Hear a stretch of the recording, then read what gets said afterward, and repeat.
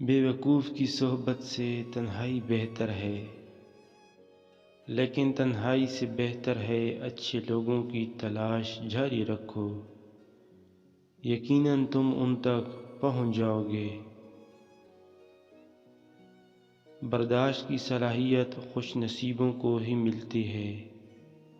اخلاق کا حسن جس انسان میں آ جائے وہ خالق اور مخلوق دونوں کا محبوب بن جاتا ہے۔ منافقت کی ہمدردی دشمن کی تلوار سے زیادہ خطرناک ہے۔ رشتوں کو ایسی خوبی سے نبھاؤ جیسے شہد کی مکھی پھولوں سے رس بھی لے لیتی ہے اور ان کا نقصان بھی نہیں ہونے دیتی۔ اگر کسی کو تکلیف دے کر بھی اچھے سے سو لیتے ہو تو اپنے ضمیر کا جنازہ پڑھ لو، کیونکہ وہ وفات پا چکا ہے۔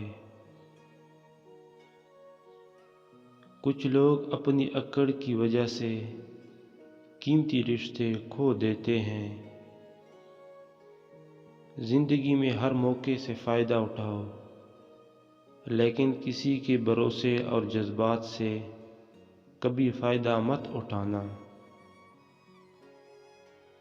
رشتوں کی رسی کمزور تب ہوتی ہے جب انسان غلط فہمی میں پیدا ہونے والے سوالوں کا جواب بھی خود ہی بنا لیتا ہے۔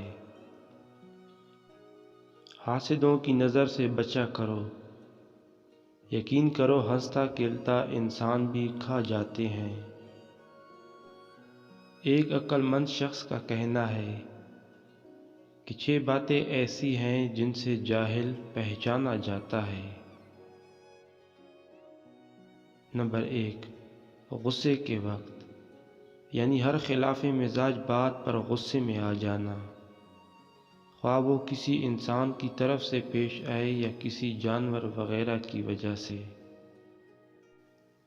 نمبر 2، بیکار گفتگو، لہذا عقل مند کو چاہیے کہ بے فائدہ گفتگو نہ کرے بلکہ اسے تو مفید یعنی فائدے والی بات ہی کرنی چاہیے، خواہ دنیا کے فائدے کی ہو یا آخرت کے فائدے کی۔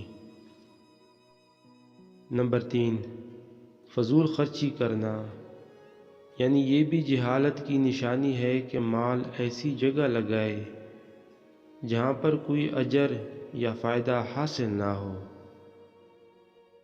نمبر 4، ہر کسی کے پاس راز کی بات کہتا پھرے۔ نمبر 5، ہر کسی پر بھروسہ کر بیٹھے۔